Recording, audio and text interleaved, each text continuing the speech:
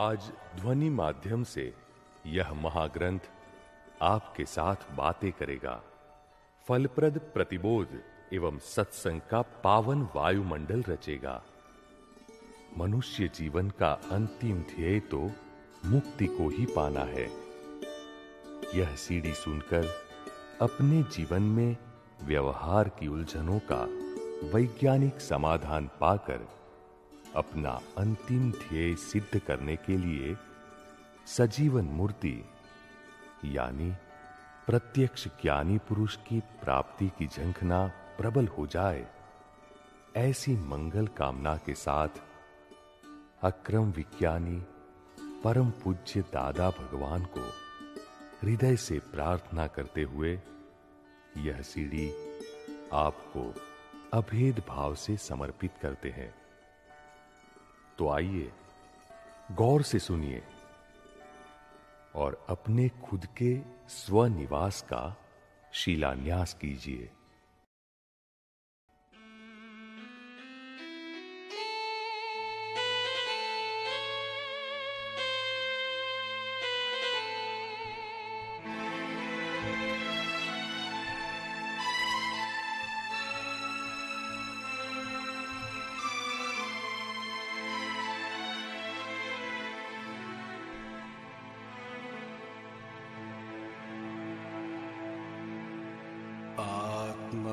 स्वरूपे जे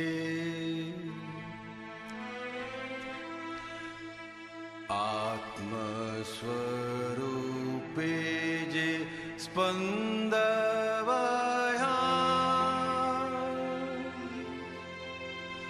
आखा ब्रह्मांडे फैलाई जाए। क्षेत्र रूपे जे कार्य थया सीमित सीमाड़े फल जो देखाय। आत्मस्वरूपे जे स्पंदवया आखा ब्रह्मांडे फैलाई जाए। क्षेत्र रूपे जे कार्य थया सीमित सीमाड़े फल जो देखाय।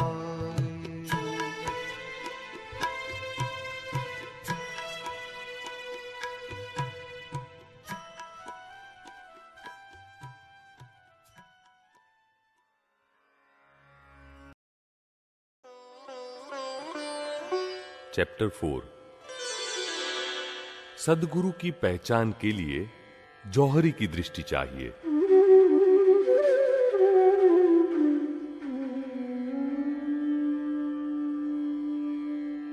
सद्गुरु किसे कहा जाए, यह बहुत ही जटिल प्रश्न है।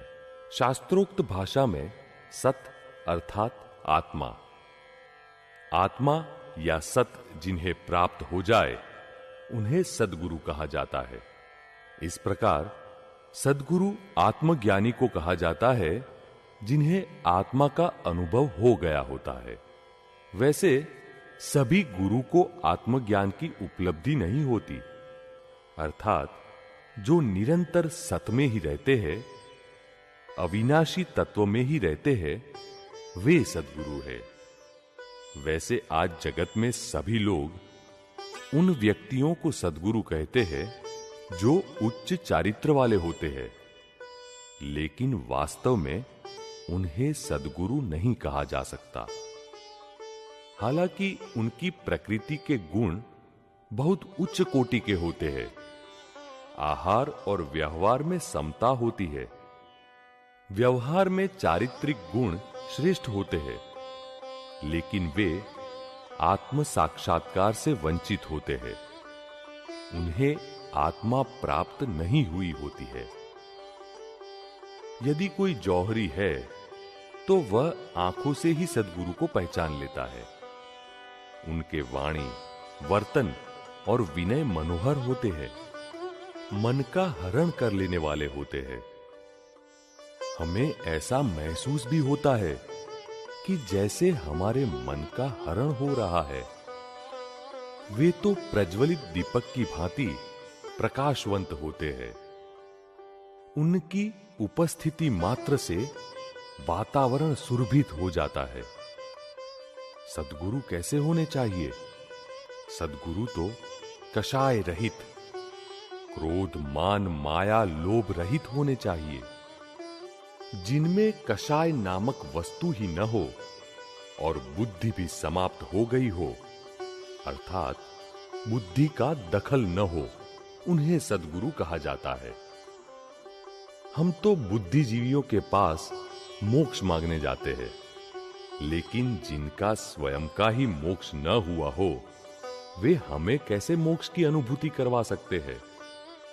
सद्गुरु की पहचान के लिए जौहरी की दृष्टि चाहिए। सद्गुरु को कोई पत्थर मारे, अपशब्द बोले, चाहे जेल में ही क्यों न डाल दे, तो भी उनके भीतर कोई विपरीत परिणाम खड़े नहीं होते। वे द्वंद्व से परे होते हैं। द्वंद्व अर्थात लाभ हानि, सुख दुख, दया निर्दयता, इनमें से जब एक होता है तब दूसरा तो होगा ही। उसी का नाम द्वंद्व। अर्थात जो गुरु द्वंद्वातीत है, उन्हें सद्गुरु कहा जाता है। श्रीमद् राजचंद्र जी ने कहा है, सत्पुरुष वे हैं जिन्हें निष्दिन आत्मा का उपयोग है। न शास्त्र में कभी पढ़ा हो, न सुनने में आया हो, फिर भी अनुभव में आए ऐसा जिनका कथन हो, उनकी ऐसी गुप्त आचरणा होती है जिसमें अंतरंग स्पृहा नहीं होती।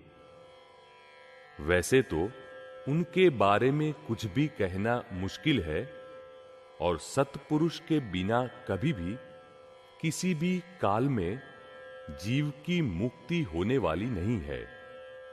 इसीलिए उन्होंने बताया, किसी भी प्रकार से जीव अपनी कल्पना के अनुसार सत की प्राप्ति नहीं कर सकता। सजीवन मूर्ति प्राप्त होने पर ही सत की प्राप्ति होती है। सत समझा जाता है, सत का मार्ग मिलता है, सत का लक्ष्य स्थापित होता है। सजीवन मूर्ति के लक्ष्य बिना जो कुछ भी किया जाता है, वह जीव के लिए बंधन है। यह हमारा हृदय है। अनंत काल तक जीव निज छंद से अपने हिसाब से चलकर परिश्रम करे, फिर भी अपने आप ज्ञान प्राप्त नहीं कर सकता, जबकि ज्ञानी की आज्ञा का आराधक अंतर मुहूर्त में भी केवल ज्ञान प्राप्त कर सकता है। शास्त्र में कही गई आज्ञाएं परोक्ष है, और वे जीव को अधिकारी होने के लिए कही गई है। मोक्ष प्राप्त करने के लिए प्रत्यक्ष ज्ञानी की आज्ञा की आराधना की आवश्यकता है। उन्होंने आगे समझाते हुए कहा है, जिनके वचन बल से जीव निर्वाण मार्ग को प्राप्त कर सकता है, ऐसी सजीवन मूर्ति के दर्शन के योग पूर्व काल में जीव को कई बार आए भी होंगे, लेकिन वह उन्हें पहचान नहीं पाया। कभी कभार उसने पहचानने की कोशिश भी की होगी, लेकिन जीव के बारे में ग्रहित की हुई सिद्धि योगादि, रिद्धि योगादि तथा दूसरी ऐसी कई कामनाओं से दृष्टि मलिन हो गई थी। यदि दृष्टि मलिन होती है तो उसी के अनुसार सतमूर्ति के प्रति भी बाह्य लक्ष्य रहता है, जिससे पहचान नहीं हो पाती, और जब पहचान होती है तब जीव को अपूर्व स्नेह उमड़ता है। वह भी ऐसा कि सजीवन मूर्ति के वियोग में एक क्षण भी आयुष्य भोगना उसे असह्य लगता है। अर्थात उनके वियोग में वह उदासीन भाव से उन्हीं में वृत्ति रखकर जीता है। अन्य पदार्थों के संयोग और वियोग या मृत्यु दोनों ही उसके लिए समान हो गए होते हैं। ऐसी स्थिति जब आ जाती है तब जीव के कल्याण का मार्ग अति निकट है, ऐसा समझना चाहिए। अंत में उन्होंने गारंटी देते हुए कहा है, और दूसरा कुछ भी मत खोज, केवल एक सत्पुरुष को खोज कर उनके चरण कमल में सर्वभाव अर्पण करके जिए जा। फिर यदि मोक्ष न मिले तो मुझसे ले जाना।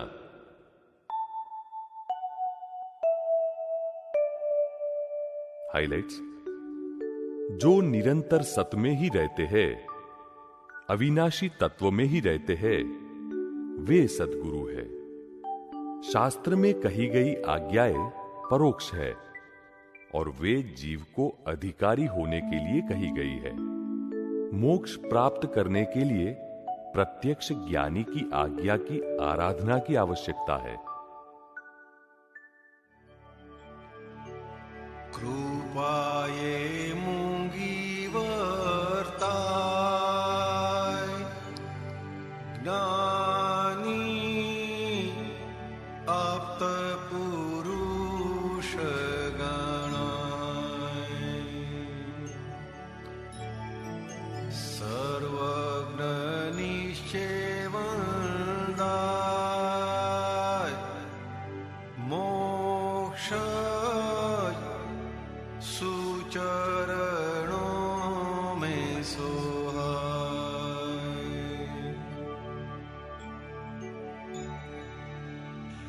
जगत कल्याणी ज्ञानी परिवार निर्भेद मूढ़ महाज्योत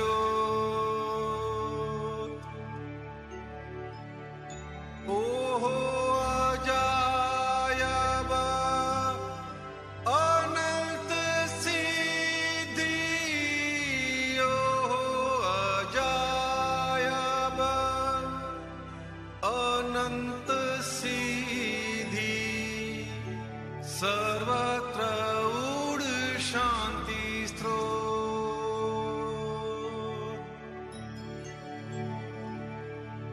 सर्वत्र ऊढ़ शांति स्रोत प्रत्यक्ष निज स्वरूपाय गुरुताम सन्मुख मोक्ष योपाय गुरु ते कोने कहेवाय जेने जो आथी शीश झुकी जाए जेने जो आथी शीश झुकी